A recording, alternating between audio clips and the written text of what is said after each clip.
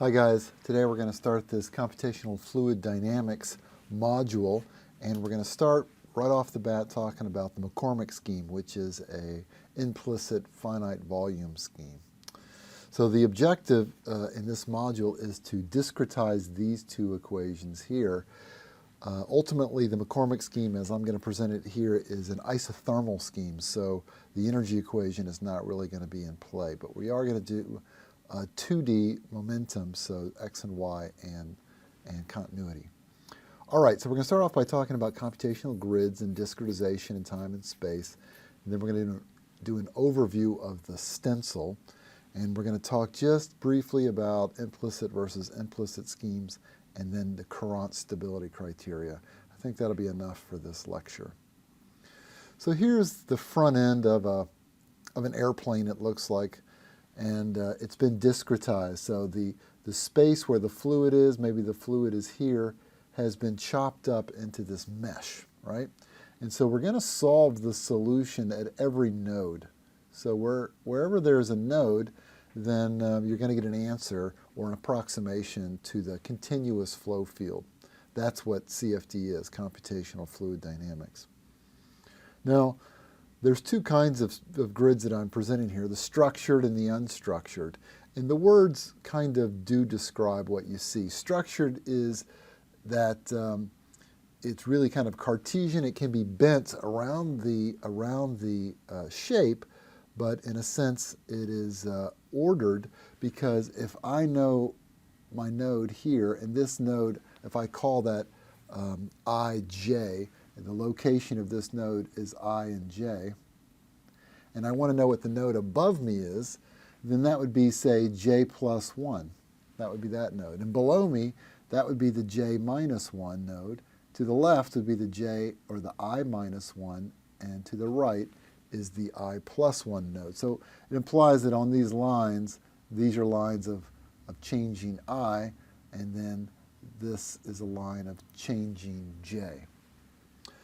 So it's structured in that I always know who my neighbors are. It's just plus, minus, that sort of thing. That's the structured mesh.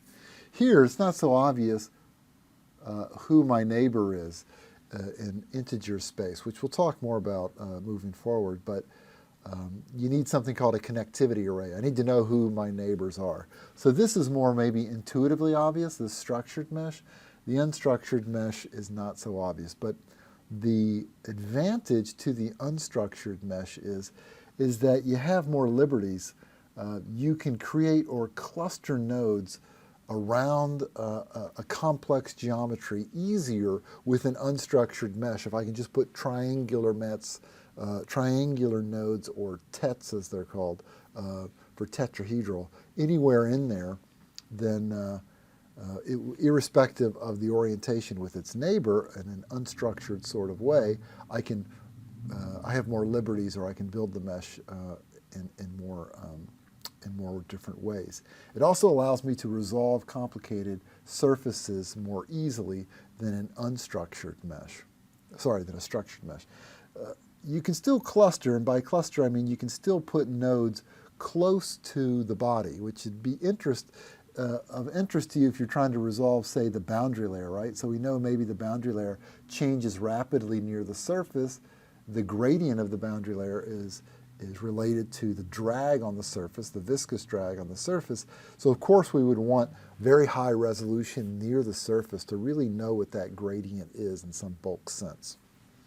So that's kind of the difference between structured and unstructured, and a code would be written for one or the other. We're going to work with structured meshes because it's more intuitive from the get-go. But as codes evolve and they get more complicated and needs lead to more needs, then you might see things like mixed structured and unstructured meshes with clustering. So it looks unstructured out here, but as you get close to this thing, which looks like an airfoil nose, you can see that it's gone structured and it's very ordered. This mesh is confusing. This looks like maybe it's a 3D mesh. I mean, to have an aspect ratio of a node like that seems really crazy to me. Normally, you want your aspect ratio of your cells to be kind of near 1, so they're not really narrow. Here's a structured mesh here where they've really done some clustering. Like there's a big change in resolution from this region as we cross over into that region. These might be called blocks, like this is a block region here, and this is a block region here, just to denote these kinds of regions where the resolution changes.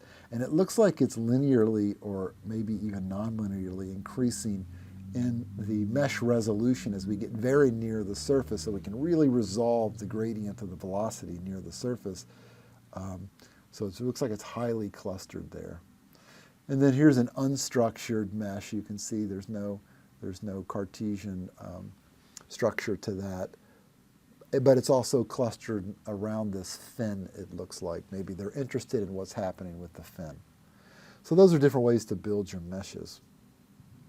Here's the problem we're going to work with over this lecture and the next one. It's a canonical problem, which means it's a classic problem in fluid mechanics.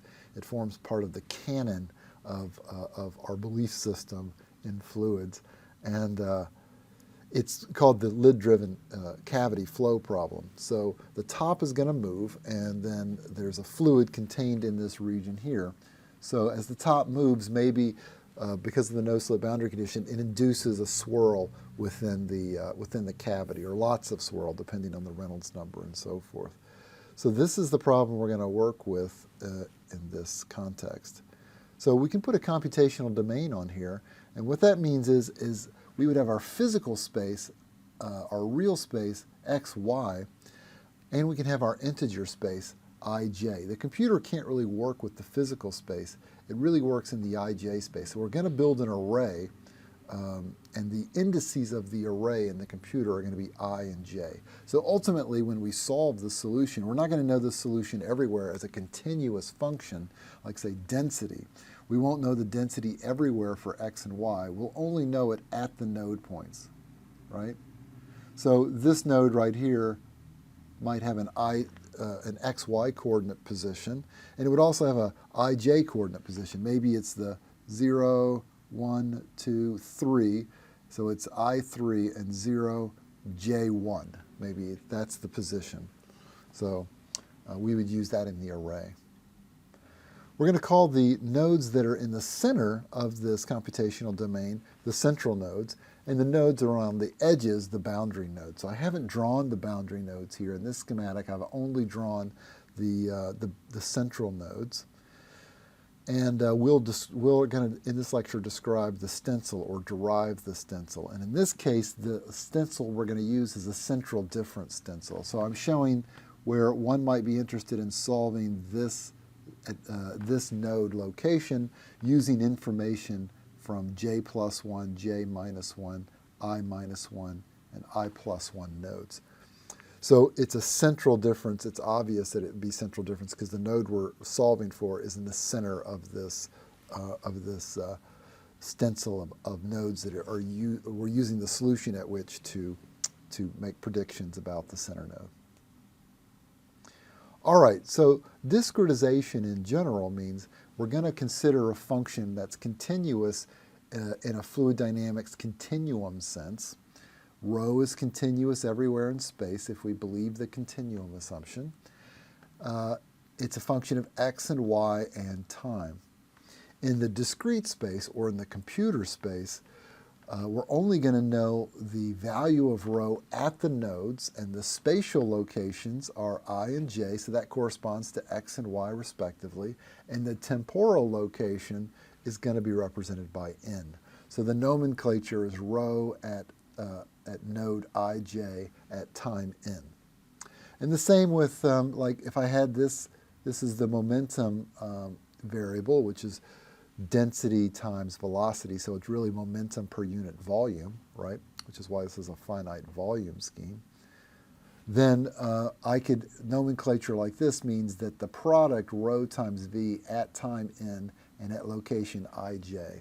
So this is the discrete space, and this is the continuous space. So we're saying when we do CFD solutions, we believe these two to be approximately equal. That's a big leap of faith that a lot of people have a problem with, but we'll just kind of let it go. All right. So As I mentioned before, this is a little bit like the Viscid solution, where by knowing the value of our stream function at the 4 locations around the central difference node, we can approximate the value at the center node. So that is the essence of central difference. So here's the finite difference scheme that we're going to use. We're going to discretize continuity, momentum in the x and y directions. And we're going to do this compressible. So that means rho is going to vary, u will vary, v will vary as a function of x, y, and t. So as I mentioned before, rho is a function of x, y, and t, as is the velocity u and the velocity v. Is that it? Let's see here. Aha, we have pressure. So we have four dependent variables, and they depend on the independent variables x, y, and t. So we've got rho, u, and v, and p as a function of x, y, and t. So if we have 4 dependent variables, we're going to need a 4th equation. So you see we only have 3 equations there. We're assuming mu to be constant and the gravity to be constant. So the 4th equation is, of course, an equation of state. It's not a law, it's not a conservation law, but it is relatively true for monotonic gases. So we're going to use 2 of them combined together. This is what we're ultimately going to use. Pressure is equal to the sound speed squared times density. We get it by knowing that the sound speed squared is equal to gamma RT. We're going to derive that, I believe, in the compressible flow lectures. And then couple that with the ideal gas, PV equals rho RT, PV equals MRT, and you can rearrange that to be P equals RT times rho. Combine these 2 together, and you'll get this definition here. So I'm going to replace pressure everywhere with sound speed squared times density. Okay. So because it's compressible, we're also keeping this term here. This is the term that came about when we derived our shear stress tensor, our stress tensor. That is usually the term that would be neglected. We're keeping it here, but we did make the Stokes hypothesis. So you can see we don't have a second viscosity of mu. We've just got mu and mu here. So this is our regular viscous shear term, and then this is our compressibility term. All right, I think that pretty much covers it. These are the convective terms or the advective terms, hydrostatic pressure or gravity terms, and a time-varying term. All right. So the Predictor-Corrector Stencil, I could take those 3 equations and the equation of state from the previous page and force them into this form. There's a time-varying term for whatever variable we're looking at, rho u, rho, or just rho v. And then there's some function of the independent variable, the dependent variable, as gradients of the dependent variables, as gradients of the independent variables x and y. So if this is the general form, I can replace this with a discretization, a central difference discretization. It basically says the difference in u over a time. So if I wrote this partial u, partial t as some u minus some u over delta t. That's basically approximating the derivative. And so I'm going to write it as u at the current time plus u at some forward time star. And that's our intermediate step, the predictor step. So I write that for this gradient right here, and then I just multiply through by delta t, so the delta t appears up here in the numerator. And then I move this un to the other side, so there it is there. So I have a prediction for this quantity, whatever it is, some dependent variable, is equal to the same dependent variable at the same location, so at that location ij in space, equal to the difference of whatever this function is at the I plus 1 and minus at I. that represents the x derivative. And then for the y derivative, it would be at j plus 1 and j. So you can see that's not a central difference.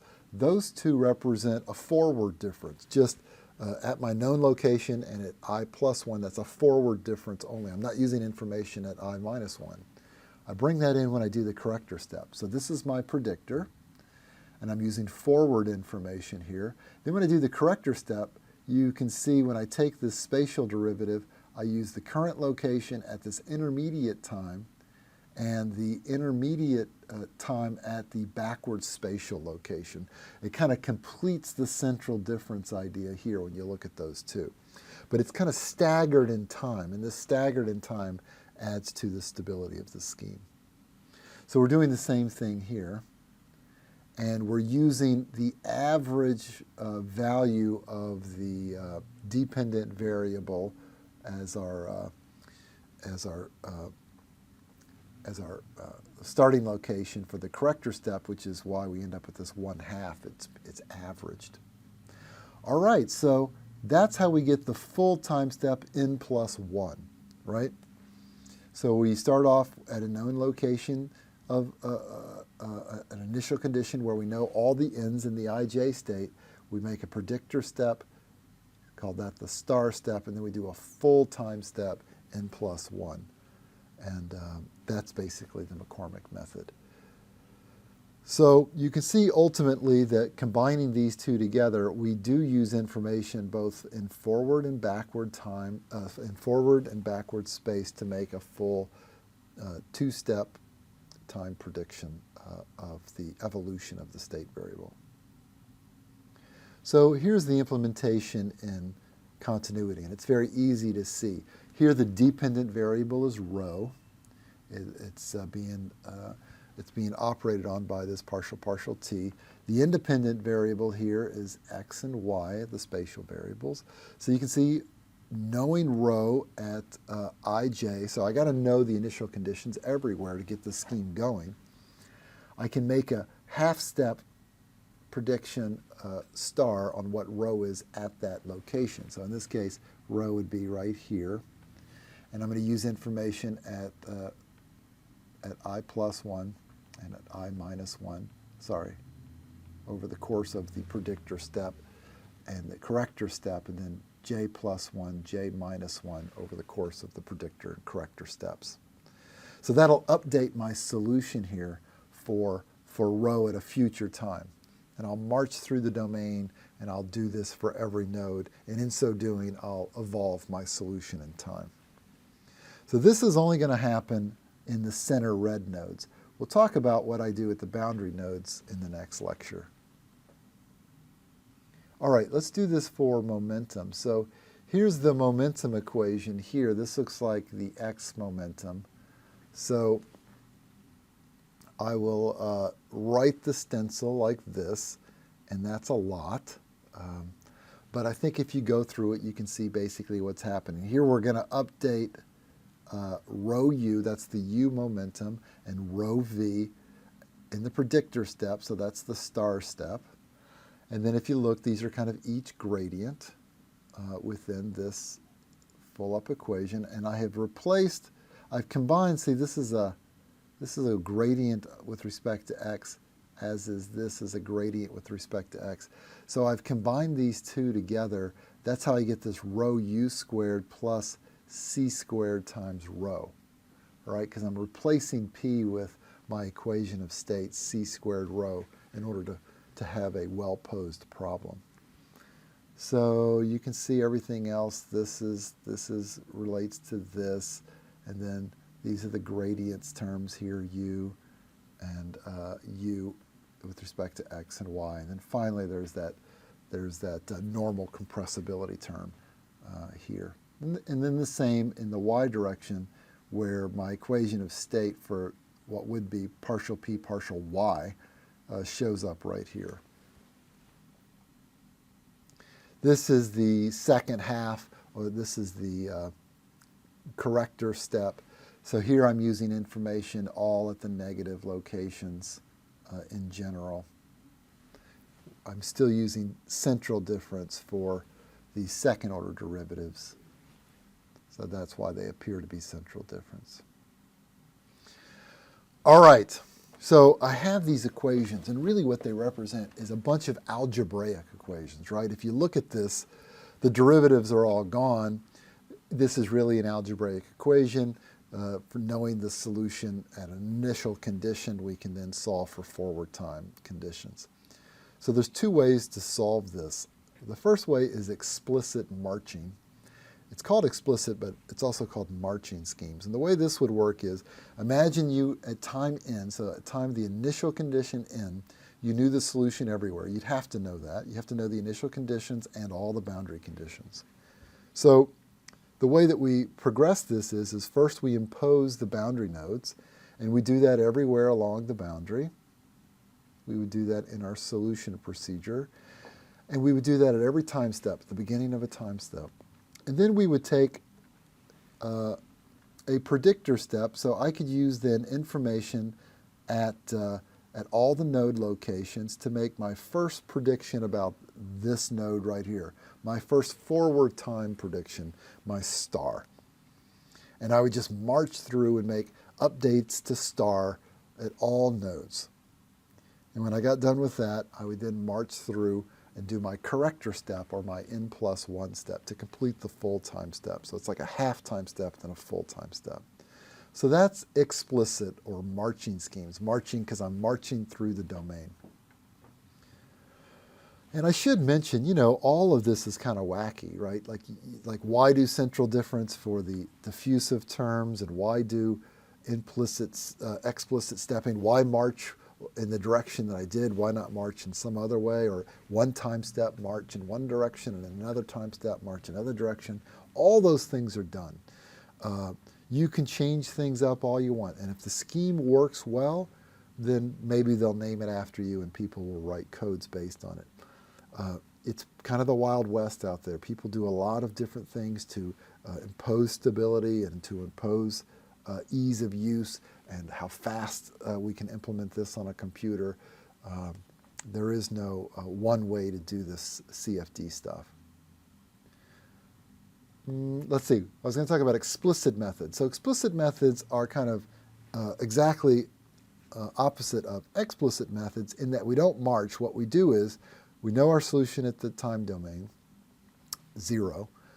And then what we do is we have a system of algebraic equations, and we write a matrix such that, I'm showing here the stencil, such that maybe at this node here, if I just do the matrix multiplication of this array times this two-dimensional array, then you would see that I would recover these equations right here. I think I did that right.